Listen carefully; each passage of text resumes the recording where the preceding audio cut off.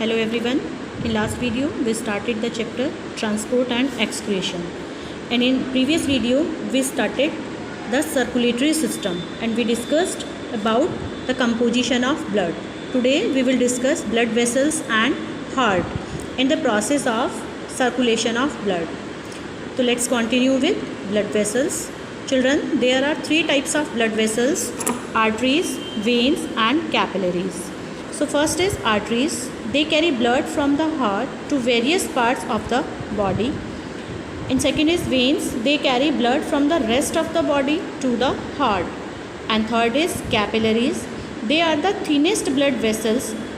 Blood flows from the major arteries into smaller and smaller branches until it reaches the capillaries.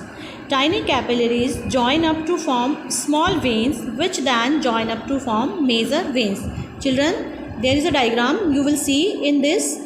Arteries divided into different arterioles, which divide into capillaries, and capillaries join to form venules, which form veins. Food and oxygen pass into cells from capillaries, and waste pass into capillaries from the cells. Capillaries have very thin walls which allow digested food, gases and other substances to pass in and out of them. This is how digested food passes into the blood in the villi of the small intestine. Children, waste passes out of the capillaries in the kidney, and oxygen and carbon dioxide also passing in and out of the capillaries. Now we will read about the heart. Heart is very delicate organ in human body. It is a muscular organ which acts as pump. It is about the size of our fist. It lies in the chest cavity between the lungs. There is the position of heart you will see in this picture. This is the chest cavity and in center heart lies. This wall prevents the heart. The heart is divided into two halves by a thick wall. This wall prevents oxygenated blood, means pure blood, from mixing with deoxygenated, means impure blood.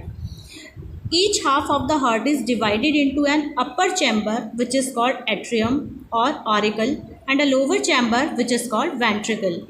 Deoxygenated or impure blood or blood carrying carbon dioxide from all part of the body enters the right side through two major veins.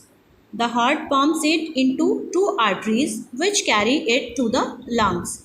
And in the lungs, the blood gives up carbon dioxide and pick up oxygen, and it converted into oxygenated blood. This oxygenated blood or blood carrying arteries, blood carrying oxygen, then enters the left side of the heart, which pump it into a big artery, means pulmonary artery. Branches of this artery carry the oxygenated blood to the rest of the body. Children, there is a structure of heart. You will see this is the vein carrying deoxygenated blood from the body. This is pulmonary vein, and this is arteries carry oxygenated blood to the rest of the body. This vein goes to the lungs. This is the right side of the heart and this is the left side of the heart, and it is divided into four chambers, like in right side right atrium and right ventricle, and in left side left atrium and left ventricle. Children, there is a vein which is carrying deoxygenated blood from the body. Now what is heartbeat and pulse? The heart squeezes or contracts to pump blood into the arteries. Then it relaxes to let the blood flow into it from the veins. This contraction and relaxation is called the heartbeat. When a doctor puts a stethoscope on a patient's chest, he can hear the sound of the heartbeat. Every time the heart contracts and the blood rushes into arteries, making them throb. You can feel this throbbing at the wrist, throat and temples. This is what doctors feel when they check our pulse. And since the arteries throb with the rush of blood every time the heart contracts, the pulse rate is the same as the rate at which the heart beats. Generally, it is around 72 per minute. Children, when we exercise or we are angry, excited or happy, the rate goes up. It also goes up in the case of a fever.